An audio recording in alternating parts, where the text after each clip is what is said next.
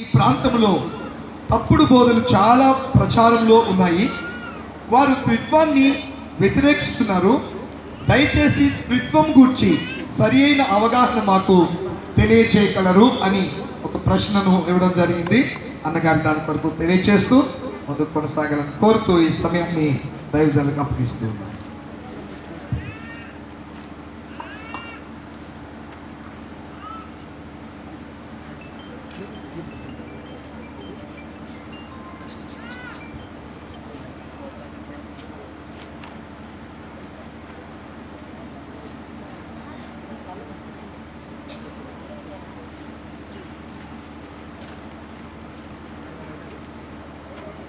ఎక్కడైతే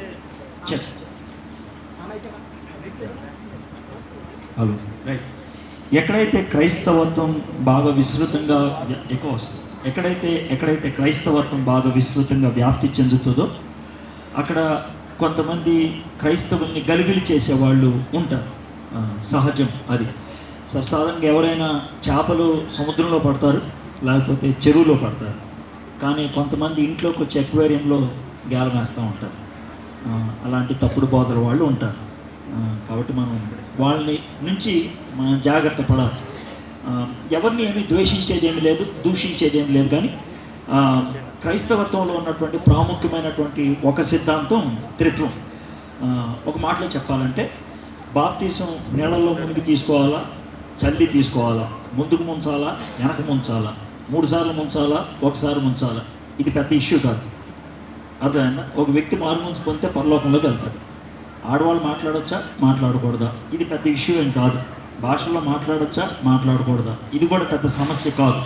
సొంత ముందుకే వెళ్ళేయాలా, ముందు దగ్గరికి వచ్చేయాలా, రొట్టి ద్రాక్షారసం రోజు తీసుకోవాలా, నెలకోసారి తీసుకోవాలి, ఏం విషయాలు కావాలి అసలు ప్రాముఖ్యమైన విషయం అంటారు. అతి ప్రాముఖ్యమైనటువంటి సిద్ధాంతం మన దేవుడి గురించి మనకున్నటువంటి నమ్మకం, మన దేవుడి గురించి. అయితే క్రైస్తవులు నమ్మేటువంటి సిద్ధాంతం కొంచెం మిగిలిన వాటికి వ్యతిరేకంగా ఉంటుంది, లేకపోతే వ్యత్యాసంగా ఉంటుంది. దాంట్లో పదాలు కొంతమందికి అర్థం కావు. ఈ ప్రశ్నకు జవాబే నా ప్రసంగంగా చేస్తాను ఈరోజు. అదే చేస్తాను. కాబట్టి బహుశా నేను 1 గంట మాట్లాడతాను, ప్రశ్నకి జవాబిస్తున్నాను అనుకోవద్దు. నేను ఒక ప్రసంగం చేస్తాను. ఎందుకనంటే ఇది ఒక మాటలో చెప్పగలిగేటువంటి విషయం కాదు. త్రిత్వం గురించి ఖచ్చితమైనటువంటి చాలా చిన్నపిల్లలు కూడా ఉన్నారు, వాళ్ళకు కూడా అర్థమయ్యే విధంగా నేను చెప్పడానికి ప్రయత్నం చేస్తాను. అయితే ఈ సిద్ధాంతాన్ని వ్యతిరేకించే వాళ్ళు కొంతమంది ఉన్నారు. వాళ్ళ పేర్లు కూడా ముందు చెప్పేస్తే వాళ్ళు ఎవరిని ఉంటే కనుక లేచి వెళ్ళిపోతారు. నాకు తెలుసు, వాళ్ళు లెగుస్తుంటేనే అర్థమైపోద్ది వాళ్ళ జాతి అనేసి. పిడి సుందర్రావు గారు బ్యాచ్ ఎవరిని ఉంటే వాళ్ళు అంగీకరించరు. బ్రెన్హామ్ సిద్ధాంతాన్ని నమ్మేవాళ్ళు ఉంటే కనుక వాళ్ళు అంగీకరించరు. యెహోవా సాక్షులు ఉన్నట్లయితే ఎవరన్నా వాళ్ళు కూడా అంగీకరించు. మార్మన్స్ ఉంటే కనుక వాళ్ళు కూడా అంగీకరించు. యేసునామం అని చెప్తూ ఉంటారు కొంతమంది, యెషువా మషీ అనేట్టు. వీళ్ళెవరైనా ఉన్నట్లయితే కనుక వీళ్ళెవ్వరికి కూడా నేను చెప్పే మాటలు కంపరం ఎక్కుతాయి, కోపం వస్తాయి, పక్కకు తీసుకొస్తే గుండు పురుగు కొట్టి చంపేయాలనిపిస్తుంది. కానీ నేను మాత్రం సత్యం చెప్తాను. ఇది విషయం. అయితే ఇప్పుడు ఈ సిద్ధాంతం గురించి ఆలోచించాలంటే హిందువులు ఏమని నమ్ముతారంటే దేవుడు అనేక రూపాల్లో వస్తాడు, అనేక వ్యక్తులుగా ఆయన ఉంటాడు. దేవతత్వం ఉన్నది హిందువులు. బహుదేవతత్వం అనేది పదం భయపడొద్దు, చాలామంది దేవుళ్ళు ఉన్నారు, ఇది వాళ్ళ యొక్క. ముస్లింలు నమ్మేది అల్లా ఒక్కడే దేవుడు, ఇంకొక దేవుడు లేడు, అల్లా ఒక్కడు. అయితే క్రైస్తవులు ఈ రెండింటికి మధ్యలో ఉన్నట్లుంటుంది. ఎలా అంటే క్రైస్తవులు ఏమంటారంటే తండ్రి ఉన్నాడు, కుమారుడు ఉన్నాడు, పరిశుద్ధాత్ముడు ఉన్నాడు. అంటే 3 దేవుళ్ళ కాదు, ఒక్కడే. ముగ్గురు చూపించి ఒక్కడంటామంటే ఇది వాదం. ఈ విధమైనటువంటి దాంతో 3 ఒకటి ఎలా అవుతారు అనే ఆ జవాబు చెప్పలేక రకరకాలుగా అంటూ ఉంటారు. యెహోవా సాక్షులు ఏమంటారంటే యెహోవా ఒక్కడే దేవుడు, యేసుప్రభు దేవుడు కాదు, పరిశుద్ధాత్ముడు లేనే లేదు. పిడి సుందర్రావు నేను యేసుప్రభు కంటే గొప్పండి, యెహోవా ఒక్కడే దేవుడు అని మా పెద్దన్న, నేను తమ్ముడిని ఆయన డైరెక్ట్గా అంటాడు. ఆయన దేవుడే కాదన్న. అదే బ్రెన్హామ్ ఏమంటారు, ఆయన దానవేర సూరకర్ణ సినిమా చూసి వచ్చినట్లున్నాడు. దానవేర సూరకర్ణ అనే సినిమాలో ఎన్టీ రామారావు 5 పోర్షన్లు వేశారు. అదేవిధంగా యెహోవా దేవుడే యేసయ్య వచ్చాడు, యేసయ్య మళ్ళీ పరిశుద్ధాత్ముడికి వచ్చాడు. అది బ్రెన్హామ్ చెప్పేటువంటి సిద్ధాంతం. ఇది కరెక్ట్ కాదు. మనకి తండ్రి ఉన్నాడు, కుమారుడు ఉన్నాడు, పరిశుద్ధాత్ముడు, ముగ్గురు ఉన్నారు. ఆ ముగ్గురు ఒకటే ఉన్నారు. ఇది నేను ఈరోజు మీకు అర్థమయ్యే పద్ధతిలో చెప్తాను, ఎటువంటి అనుమానం లేదు. అయితే ఒకటి రెండు విషయాలు మీకు ముందు చెప్పాలి. ఈ చెక్క, ఈ బల్ల ఉంది కదా, ఈ బల్లని చెక్కతో తయారు చేస్తారు. చెక్క ఎక్కడి నుంచి వస్తుంది సార్? మీరు చూసారా? చెట్టు నుంచి వస్తున్నాడు. మీరు చూసారా? ఎలా చెప్పగలుగుతారు? చెక్కకు ఉన్నటువంటి గుణగణాలు చెట్టుకున్నాయి కాబట్టి అది సచ్చినట్టు చెట్టు నుంచే రావాలి. ఇనుము నుంచి ఎలా వస్తుంది, ప్లాస్టిక్ నుంచి ఎలా వస్తుంది? రాదు. ఇది మనకి తెలిసినటువంటి విషయం. అంటే ఈ యొక్క చివరిగా మన దగ్గర ఉన్నటువంటి వస్తువుకి ఏ గుణగణాలు ఉన్నాయో ముడి పదార్థానికి కూడా అవే ఉండాలి. అంటే దేంట్లోంచి వచ్చిందో దానికి కూడా అదే గుణగణాలు ఉన్నాయి. మనందరం మాట్లాడేవాళ్ళు, మనలో కొంతమంది మోగోళ్ళు ఉంచవచ్చు, కానీ మోగోళ్ళని జబ్బోళ్ళు అంటారు. ఎందుకంటే ఆడు మాట్లాడటం రాదు కాబట్టి. మనందరికీ మాట్లాడటం వచ్చు. మనకి మాటలు ఎక్కడి నుంచి వచ్చాయి? మనుషులకి మాటలు ఎక్కడి నుంచి వచ్చాయి? దేవుడి దగ్గర నుంచి వచ్చాయి. దేవుడు మాట్లాడేవాడైతే ఒక్కడే ఉంటాడా? ఉండడు. మాట్లాడుకోవడానికి ఒకడో ఒకడు ఉండాలి కదా, ఇద్దరన్నా ఉండాలి, లేకపోతే మాటలే ఉండవు ఆయనకి. ఆయనకి మాటలే లేకపోతే నాకెక్కడి నుంచి వస్తాయి మాటలు? టాకింగ్ డాగ్, మాట్లాడే బొమ్మ తయారు చేసేవాడికి మాటలు వచ్చి ఉండాలి. ఆడికే రాకపోతే ఆడి బొమ్మకి ఏం చేసేస్తాడు? ఇప్పుడు మనం బొమ్మలు అంటాం. దేవుడు మనకు మాటలు ఇచ్చాడంటే దేవుడికి కూడా మాటలు ఉండాలి. దేవుడు మాట్లాడాలంటే కనీసం ఇద్దరు ఉండాలి. ఇంకొక విషయం చెప్తాను, మనందరిలో కూడా ప్రేమించే గుణం ఉంది, ప్రేమించే తత్వం ఉంది. అంటే ప్రేమించాలని, ప్రేమించబడాలని. ప్రేమ అనేది మనకి ఎక్కడి నుంచి వచ్చింది? దేవుడి దగ్గర నుంచి వచ్చింది. మొదటి యోహాను పత్రికలో ఏముంటుందంటే దేవుడు ప్రేమయ్యి ఉన్నాడు అన్నాడు. దేవుడు ప్రేమయ్యి ఉన్నాడు అంటే ప్రేమించాలంటే మూడు ఉండాలి. ఒకటి ప్రేమించేవాడు ఉండాలి, ఇంకోటి ప్రేమను స్వీకరించేవాళ్ళు ఉండాలి. ఈ రెండు ఉంటే సరిపోదు, మూడోది ఉండాలి. మీలో కొంతమందికి తెలుసు, మీ ఆయన బజార్ నుంచి ఇంటికి వచ్చాడు, ఎవరితో మాట్లాడకుండా మూలలో కూర్చున్నాడు అనుకో, కోపంగా. నీకేమర్థమైపోతుంది? వీడికి ఏదో చిరాకు వచ్చింది, ఆడి జోలికి వెళ్ళకూడదు. నోరు మూసుకొని ఉంటే అది కోపం అని అర్థం అవుతుంది, మాట్లాడకపోతే అది కోపం అని అర్థం అవుతుంది. కానీ ప్రేమకి అయితే వాగుడు ఉండాలి, లేకపోతే చేతలు. ఈ రెండిట్లో ఏదో ఒకటి ఉంటే కానీ ప్రేమ తెలియదు. ప్రేమ వ్యక్తీకరించబడాలి, ప్రేమను వ్యక్తం చేయాలి, లేకపోతే ప్రేమ అర్థం కాదు. కాబట్టి ఖచ్చితంగా ప్రేమకు మూడు ఉండాలి. ఒకడు ప్రేమించేవాడు, ఇంకోటి ప్రేమించబడేవాడు, మధ్యలో ప్రేమను అందించే ఒక మాధ్యమం. దేవుడు ప్రేమ అయి ఉండాలంటే ప్రేమించేవాడు ఆయన, ప్రేమించబడేది ఆయన, మధ్యలో సింగనాథం కూడా ఆయన, మూడు ఆయన, అప్పుడే ప్రేమ. అందుకే మన దేవుడు ముగ్గురు చాలా స్పష్టంగా ఉంటుంది. సరే, ఈ మాట ఇప్పుడే మీకు అర్థం కాదు, నెమ్మదిగా ఒక 10 నిమిషాల్లో మీకు అర్థమైపోతుంది ముగ్గురు ఒకటే ఉండటం. అయితే అసలు ఒకళ్ళ కంటే దేవుడు ఎక్కువగా ఉన్నారా లేదా, ఇది ముందు చూద్దాం. బైబిల్ ఉంటే చూడండి. పాస్టర్లు మీలో కొంతమంది బైబిల్ తీసినా తీయకపోయినా నేను వచనాలు చెప్తాను, అవి రాసుకున్నాను. ఎందుకంటే మిమ్మల్ని ఎవరైనా అడిగితే మీరు గట్టిగా చెప్పడానికి ఉంటుంది. ఒకవేళ మీరు చెప్పలేకపోయినా మీరు పడిపోకుండా ఉంటారు, అది నా ఉద్దేశం. అదే సముద్రంలోకి దూకముందు, చెరువులోకి దూకముందు ముందు స్విమ్మింగ్ పూల్లోకి దూకడం నేర్చుకోవాలి. ఇది స్విమ్మింగ్ పూల్, దీంట్లో ఈత కొడితే తర్వాత దాంట్లో దూకుతారు లేదు, తర్వాత విషయం. రైట్? ఓకే. ఆదికాండం 1వ అధ్యాయం 26వ వచనం. ఈ సన్నివేశంలో ఇక్కడికి వచ్చేప్పటికి పరిస్థితి ఏంటంటే దేవుడు భూమిని, ఆకాశాన్ని, చెట్లని, వృక్షాలని అన్నిటిని తయారు చేశాడు, జంతువులు చేసిన తర్వాత ఒక కమిటీ మీటింగ్ జరుగుతుంది. Committee meeting. ఆ కమిటీ మీటింగ్లో ఇద్దరికంటే ఎక్కువ ఉండాలి, లేకపోతే కమిటీ మీటింగ్ అంటారు. ఒక్కడే ఉంటే ఎందుకు వాక్కుంటాడు ఆయన, పిచ్చాడు ఆయన. ఇద్దరు ముగ్గురు ఉండాలి, మాట్లాడుకుంటారు. ఏం చేద్దాం, అంతా సృష్టించాం కదా, ఏం చేసేద్దాం, ఓ మనిషిని తయారు చేద్దాం, మనిషి అచ్చం మనలాగా ఉండాలి. ఇది డిస్కషన్. ఆ డిస్కషనే ఇక్కడ రాశారు, చూద్దాం. 26 వచ్చింది. దేవుడు ఉంది కదా, ఆ తర్వాత అడ్డగీత ఉంటుంది. ఆ అడ్డగీతకు అర్థం ఏంటంటే దేవుడు డైలాగ్ అనమాట. అదే ఎప్పుడైనా బైబిల్లో అడ్డగీత ఉందంటే అడ్డగీత ముందు ఉన్నటువంటి ఆయన డైలాగ్ అనమాట. అంటే యథాతథంగా దింపేశారు డైలాగ్. ఏంటో డైలాగ్ అంటే మన స్వరూపమందు మన పోలిక చొప్పున నరులను చేయదు. ఇప్పుడు మన స్వరూపము అని ఒక ఆయన అన్నాడంటే అక్కడ ఇంకోటి కూడా ఉన్నాడు అలాంటి వాడు. యెహోవా సాక్షులు ఏమంటారంటే ఇది దేవదూతలతో అన్నాడని. దేవదూతలతో దేవుడు ఎప్పుడు నా కుమారుడా, నా స్వరూపం, నా పక్కన కూర్చో అని అనడం. ఎందుకని అంటే దేవదూతలు దేవుని స్వరూపంలో లేరు. ఒకటి హిబ్రీ గ్రంథకర్త ఏమంటాడంటే దేవదూతల్లో ఏ దేవదూత అన్నాడు నువ్వు నా కుమారుడివి, నా పక్కన కూర్చో అని కూడా ఉంటుంది.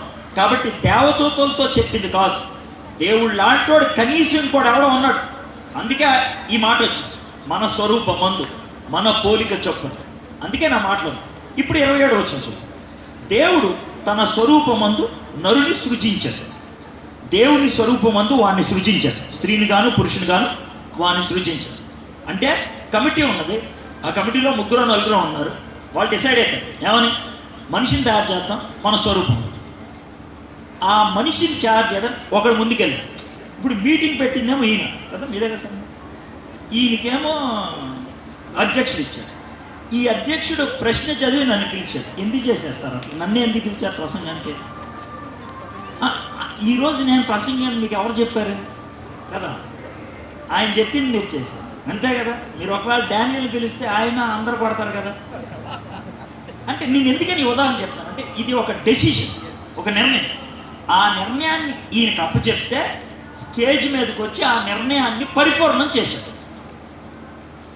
అదేవిధంగా కమిటీలో 2-3 ఉన్నారు, ఒక నిర్ణయం తీసుకున్నారు. ఏంటది? మన స్వరూపం ముందు నిర్ణయం చేద్దామని. ఆ నిర్ణయానికి ఒకరికి అప్పగించారు, నువ్వు చేరా బాబా. ఆయన వెళ్ళి చేశారు. ఎవరు చేసి ఉంటారు? కొంచెం బుర్ర ఉపయోగిస్తే ఎవరో కూడా చెప్పచ్చు, ఏసే. ఎందుకంటే మనుషులందరికీ జీవాన్ని ఇచ్చింది ఎవరు? ఏసే. కలిగి ఉన్నది ఇది ఆయన లేకుండా కలగలేదు. ఎవరి గురించి అది? ఏసే. కాబట్టి తండ్రి కుమార పరిశుద్ధాత్మ ఏసే నేను చేస్తానులే అని వెళ్ళి చేశాడు మనిషి. అదనమాట విషయం. అయితే ఇప్పుడు స్వరూపం అంటే ఏంటి, అది కూడా చిన్న క్లారిటీ. మళ్ళీ చదువుతాం 20 వచ్చి. దేవుడు తన స్వరూపమందు నరుని సృజించాడు. స్వరూపం అనగానే దేవుడికి 2 చేతులు 2 కాళ్ళు ఇలా ఉంటాయా అని అనుకుంటాం. స్వరూపం అన్నప్పుడు కంటికి కనబడే భౌతిక శరీరం గురించి మాట్లాడతారు. ఎలా చెప్తున్నారు సార్ మీరు అంటారు? చూడండి, దేవుని స్వరూపమందు వాడిని సృజించారు. స్త్రీని గాను పురుషుని గాను వాడిని సృజించారు. ఇప్పుడు మాట చెప్తాను, అమ్మాయిలు అబ్బాయిలు ఇద్దరు ఒకేలాగా ఉంటారా? ఉండరు. ఇప్పుడు దేవుడు అమ్మాయి అబ్బాయా? ఇక్కడ స్వరూపం అన్నప్పుడు భౌతికమైన దాని గురించి మాట్లాడతాం. మరి దేని గురించి మాట్లాడుతున్నారండి? నాకు 2 కూతుర్లు, అర్థమైందా? 2 కూతుర్లు నాలాగా ఉంటారు అంటారు. మీరు చూస్తే అర్థమైపోతుంది. అందుట్లో ఒక కూతురు నాలాగా ఉండదు చూపులకి, కానీ ప్రవర్తన ఒకటి నాలాగా, ఇంకోటి చూపులకి నాలాగా ఉండొచ్చు. అంటే నాలాగా ఉంటుంది అన్నప్పుడు 2 రకాలుగా ఉపయోగించవచ్చు. ఒకటి రూపురేఖ, రెండోది నాలాగా ప్రవర్తించడం, నాలాగా మాట్లాడటం, నాలాగా అరవటం, నాలాగా కరవటం, ఏదైనా సరే, ఏదైనా గుణం. ఇప్పుడు దేవుడు తన స్వరూపమందు మనం సృజించాడంటే రూపం గురించి మాట్లాడు.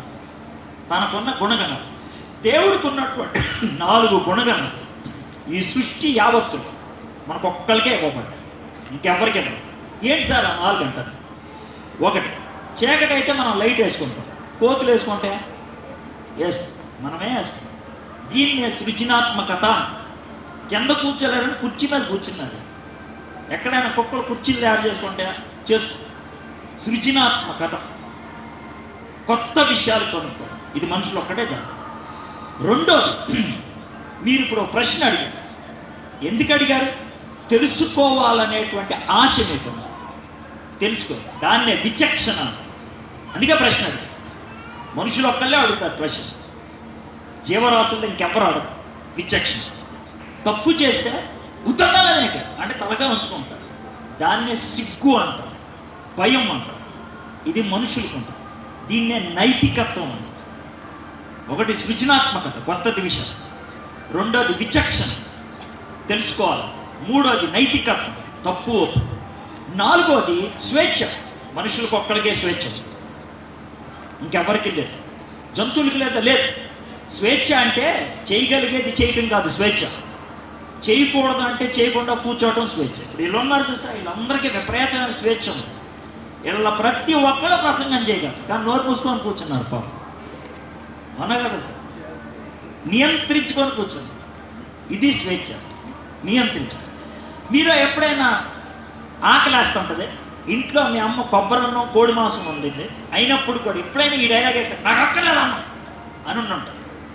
ఎందుకన్నారు తెలుసా? ఆ రోజు మీ అమ్మాయి పాపం, నీకు ఆకలేసి కాదు, ఆకలి ఏం కాదు, నీకు ఇష్టం లేక కాదు, తినాలని ఉంది, కానీ కోపంతో నియంత్రించుకోండి.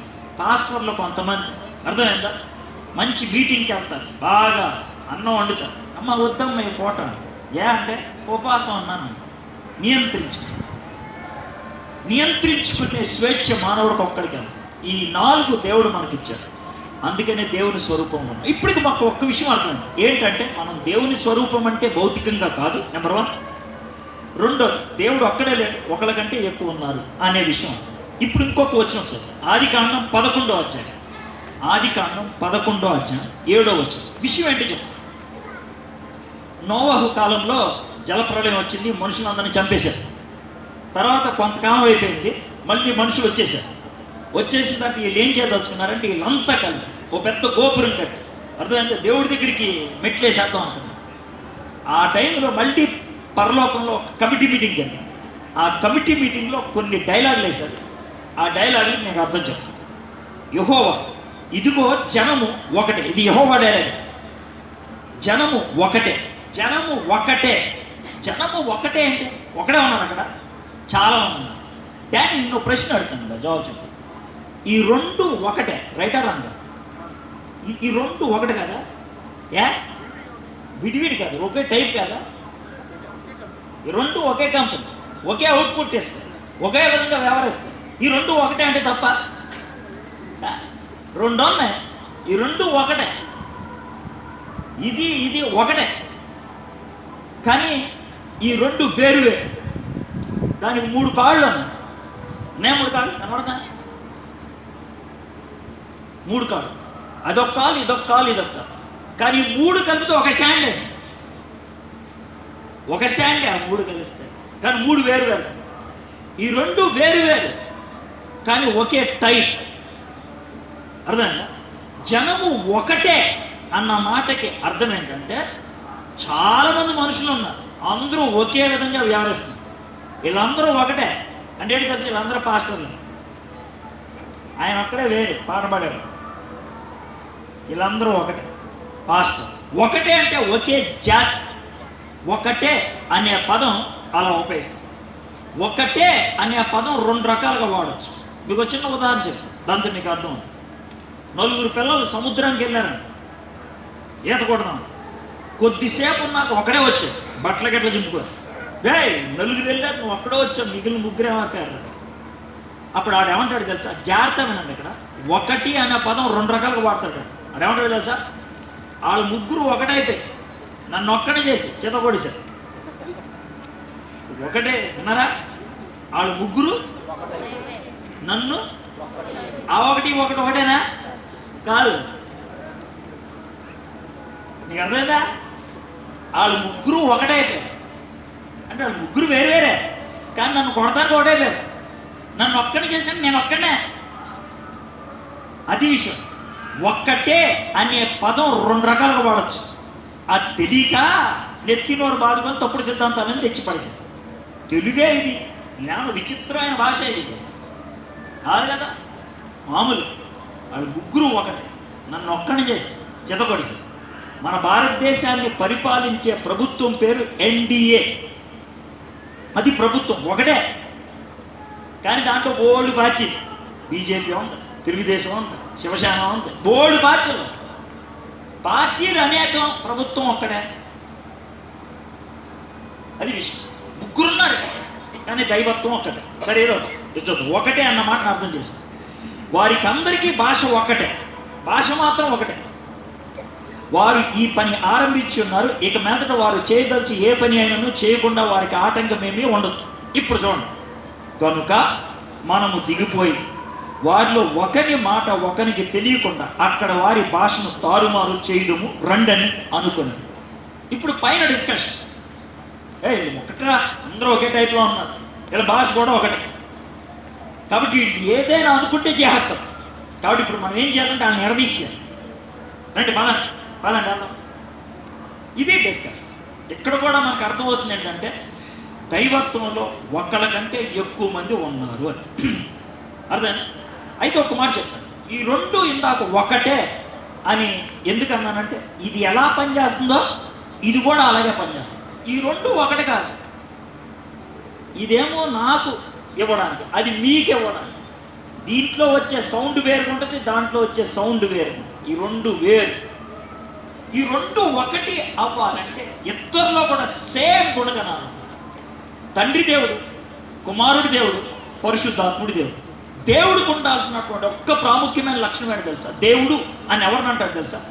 దేవుడిని ఎత్తి మీద ఎవరు ఉండకూడదు. ఉంటే ఆడి దేవుడు అవుతాడు. దేవుడిని ఎవరూ సృజించకూడదు. సృజిస్తే వాడిని దేవుడు అవుతాడు. తండ్రిని ఎవరూ సృజించరు, కుమారుని ఎవరూ సృజించరు, పరిశుద్ధాత్ముని ఎవరూ సృజించరు. తండ్రి నిత్యుడు, ఎప్పుడూ ఉంటాడు. కుమారుడు కూడా ఎప్పుడూ ఉంటాడు. అదేంటంటే మనం క్రిస్మస్ చేసుకుంటాం కదా, మరియమ్మ కడుపుని పుట్టాడు కదా, మరి దాన్ని ఏమంటారు? యేసయ్య ముందున్నాడు, మరియమ్మ కడుపుని ఈ లోకంలోకి వచ్చాడు. ఆది అందు వాక్యం ఉండను, వాక్యము దేవుని వద్ద ఉండను, వాక్యము దేవుడే ఉండదు. ఆ వాక్యమే కృపాసత్య సంపూర్ణుడిగా మన దగ్గరికి వచ్చాడు. దేవుడు మనిషి ముందున్నాడు. పరిశుద్ధాత్ముడు నిత్యుడు, నిత్య ఆత్మ ఆయనకి ఇచ్చినటువంటి. ముగ్గురికి కర్తలు లేదు, వాళ్ళు ముగ్గురు ఎప్పుడు ఉండేవాళ్ళు, ఒకే జాతి. అందుకని ఒకళ్ళొకళ్ళు ఎలా పిలుచుకునేవాళ్ళే తెలుసా? ఈయన ఆయన్ని దేవుడు అనేవాడు, ఆయన ఈయన దేవుడు అనేవాడు. ఒక వచనం చూపిస్తాను చూడండి. 110వ కీర్తన 1వ వచనం. 110వ కీర్తన 1వ వచనం. ప్రభువు నా ప్రభువుతో సెలవిచ్చిన వాకు. ప్రభువు నా ప్రభువుతో సెలవిచ్చిన వాకు. అదేంటది? ప్రభువు నా ప్రభువుతో ఇద్దరున్నారు ఆయన ఉన్నాడు.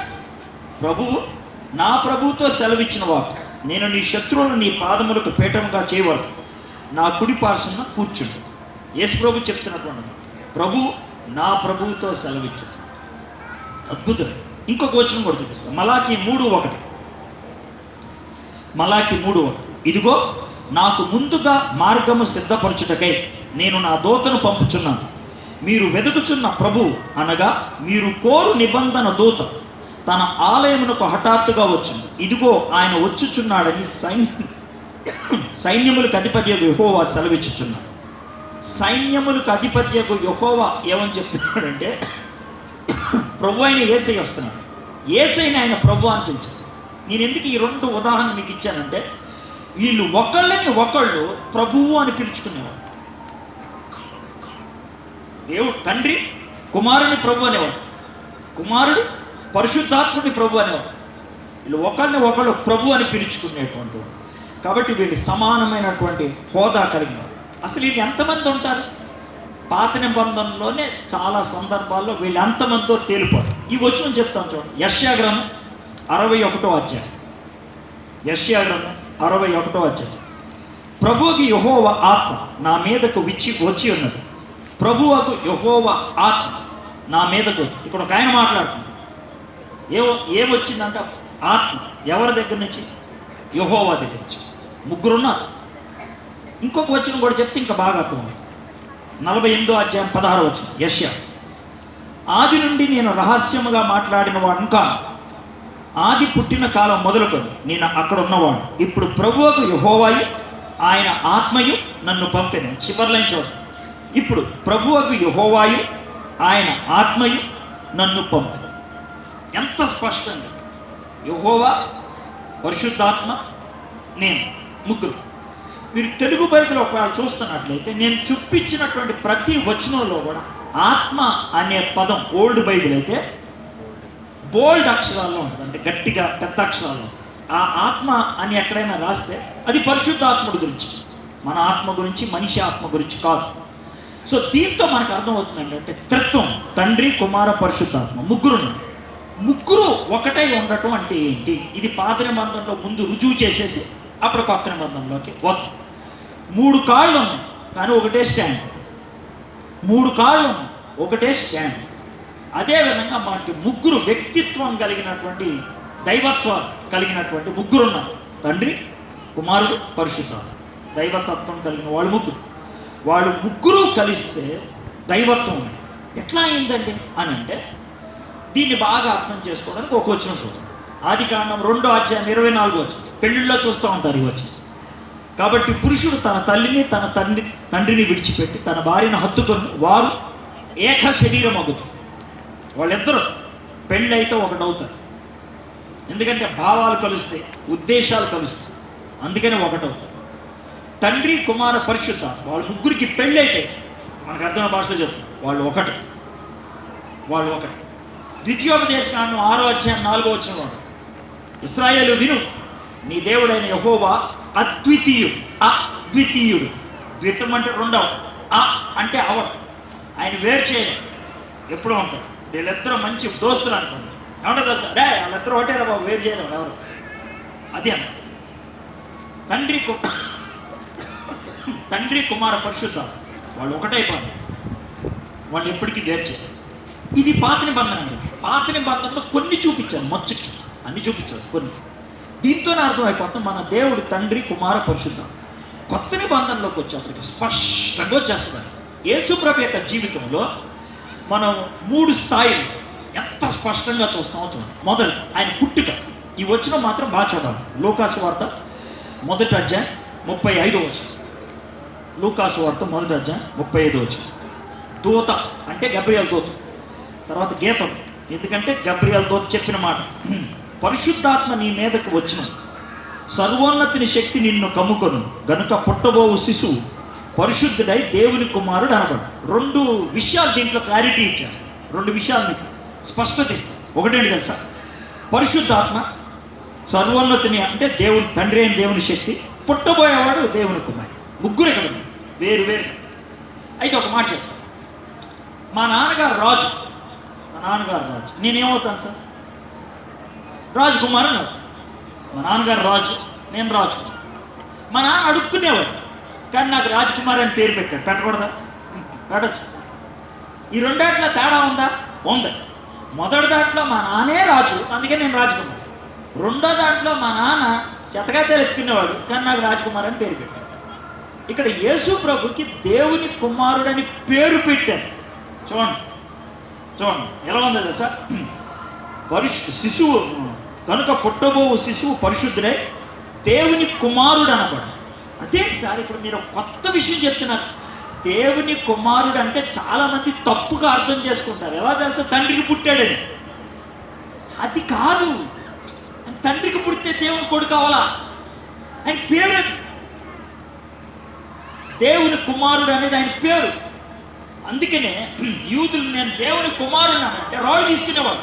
యూదుల భాషలో దేవుని కుమారుడు అన్నా దేవుడు అన్న ఒకటే. అందుకే రాళ్ళు తీసేవాడు 2-3 సార్లు కొట్టడానికి, చంపేస్తాను నువ్వు దేవుడు అన్నావు. కాబట్టి ఇక్కడ దేవుని కుమారుడు అంటే చాలామంది తప్పుగా అర్థం చేసుకునేది ఏంటంటే తండ్రికి పుట్టాడని. మార్మన్లు ఏమని చెప్తారు తెలుసా, తండ్రి దేవుడు మరియం దగ్గరికి వెళ్ళి పడుకుంటే యేసు పుట్టాడు, అంత గలీజ్గా మాట్లాడతారు. అది కాదు జరిగింది. దేవుని కుమారుడు అంటే ఆయన పేరు, ఆయన పేరు. అందుకని అలాగే చూడాలి. కానీ ఇక్కడ ముగ్గురు కనబడుతుంది. ఇంకొక సన్నివేశం చూద్దాం. అంటే యేసు ప్రభు యొక్క జీవితంలో 30 ఏళ్ళు వచ్చేసాయి, పరిచర్యకి రావాలి.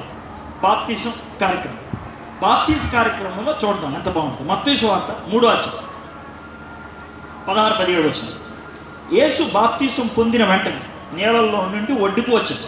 ఇదిగో ఆకాశం తెరవబడింది, దేవుని ఆత్మ పావురం వలె దిగి తన మీదకు వచ్చుట చూచాను. మరియు ఇదిగో ఈయనే నాకు ప్రియ కుమారుడు, ఈయన యందు నేను ఆనందించున్నాను. ఒక శబ్దం ఆకాశం నుండి వచ్చింది. మీరు జాగ్రత్త గమనిస్తే ఆకాశం తెరవబడటం, పరిశుద్ధాత్ముడు పావురంలాగా రావడం, కింద యేసే బాప్తిసం తీసుకుంది.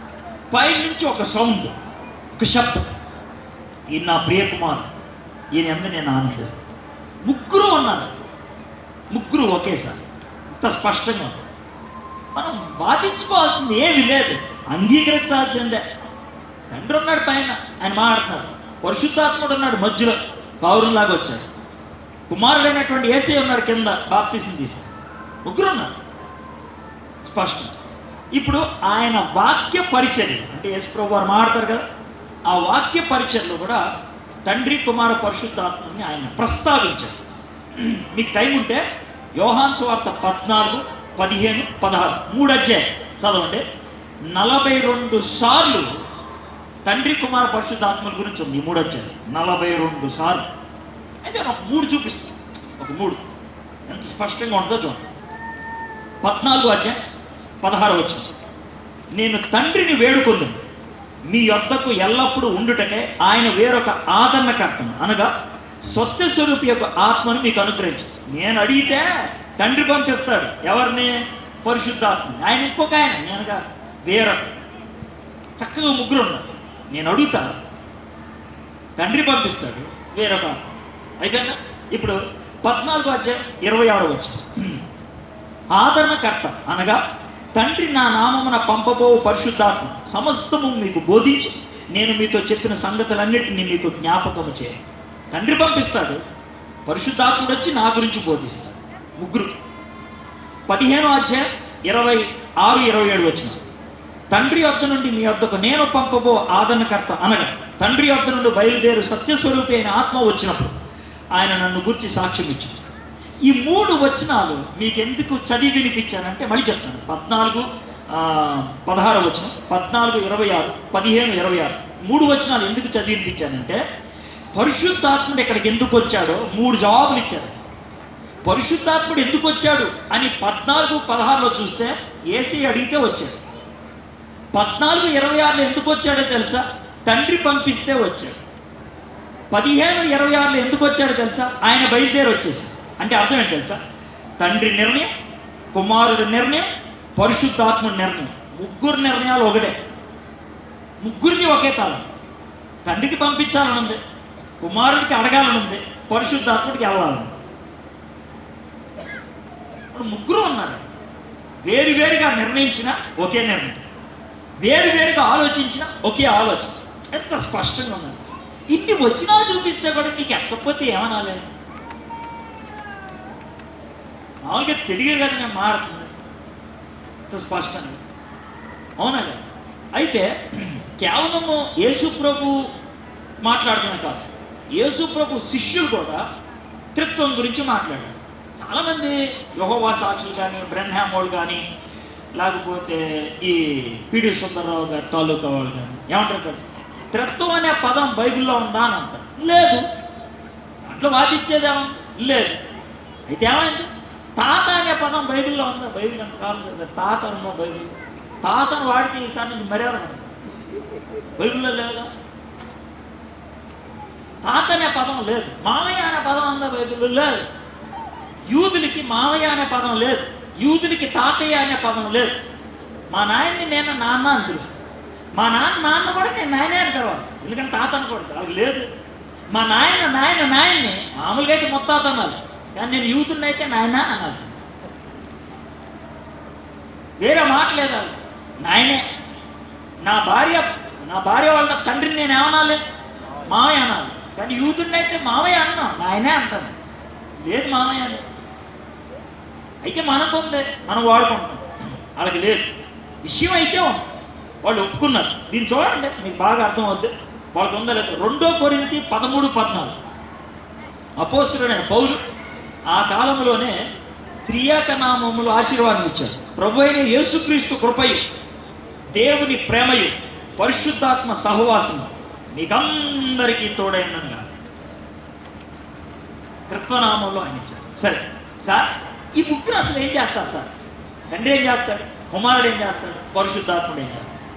దీన్ని అర్థం చేసుకోవడానికి 2 కొరింథీ 12 అధ్యాయం 4-5-6 3 వచనం వచ్చింది. 2 కొరింథీ 12 అధ్యాయం 4-5-6 వచ్చింది. 4వ వచనం. కృపావరములు నానా విధములుగా ఉన్నాయి, కానీ ఆత్మ ఒక్కడే. కృపావరములు అంటే ఏంటో తెలుసా? కృప అంటే ఉచితంగా, వరం అంటే ఇచ్చినటువంటి బహుమానం. మనం మారు మనసు పొందంగానే, గుర్తుపెట్టుకోండి, మనం మారు మనసు పొందంగానే పరిశుద్ధాత్ముడు ప్రతి ఒక్కడికి ఏదో ఒక వరం ఇచ్చేస్తాడు. అది ఆయన ఇష్టం. 12వ అధ్యాయం 11వ వచనంలో ఉంటుంది.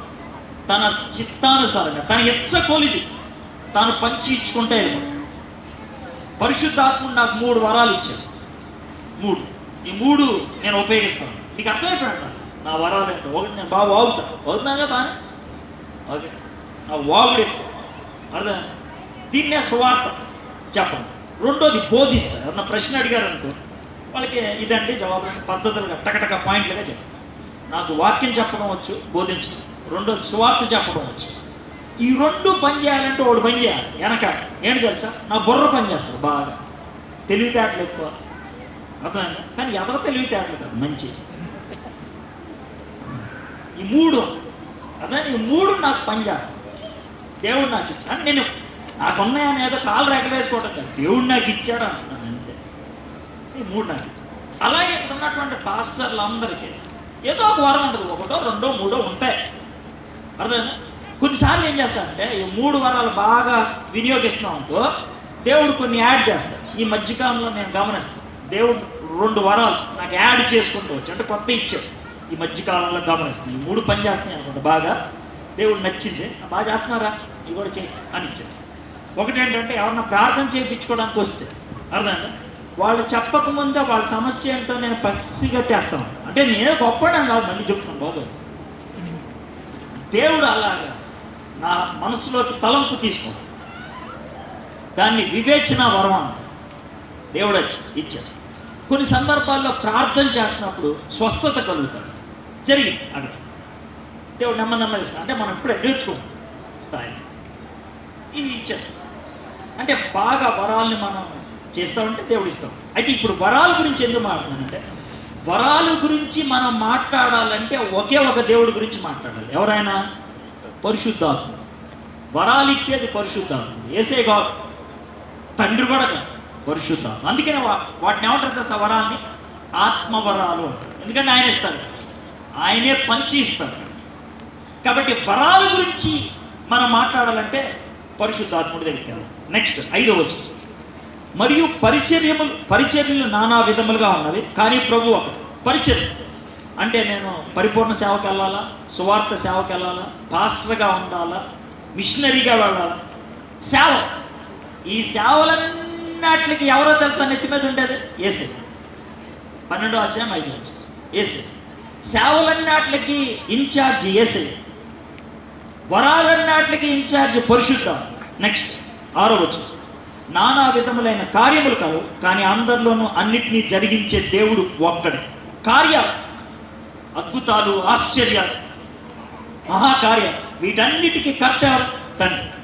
ఎవరి డిపార్ట్మెంట్ వాళ్ళదే అద్భుతంగా పనిచేసుకుంటూ వెళ్ళిపోతారు. వీళ్ళు ముగ్గురు అవసరం. వీళ్ళు ముగ్గురులో ఏ ఒక్కరు లేకపోయినా క్రైస్తవత్వం ఉండదు అని ఎందుకంటాను తెలుసా?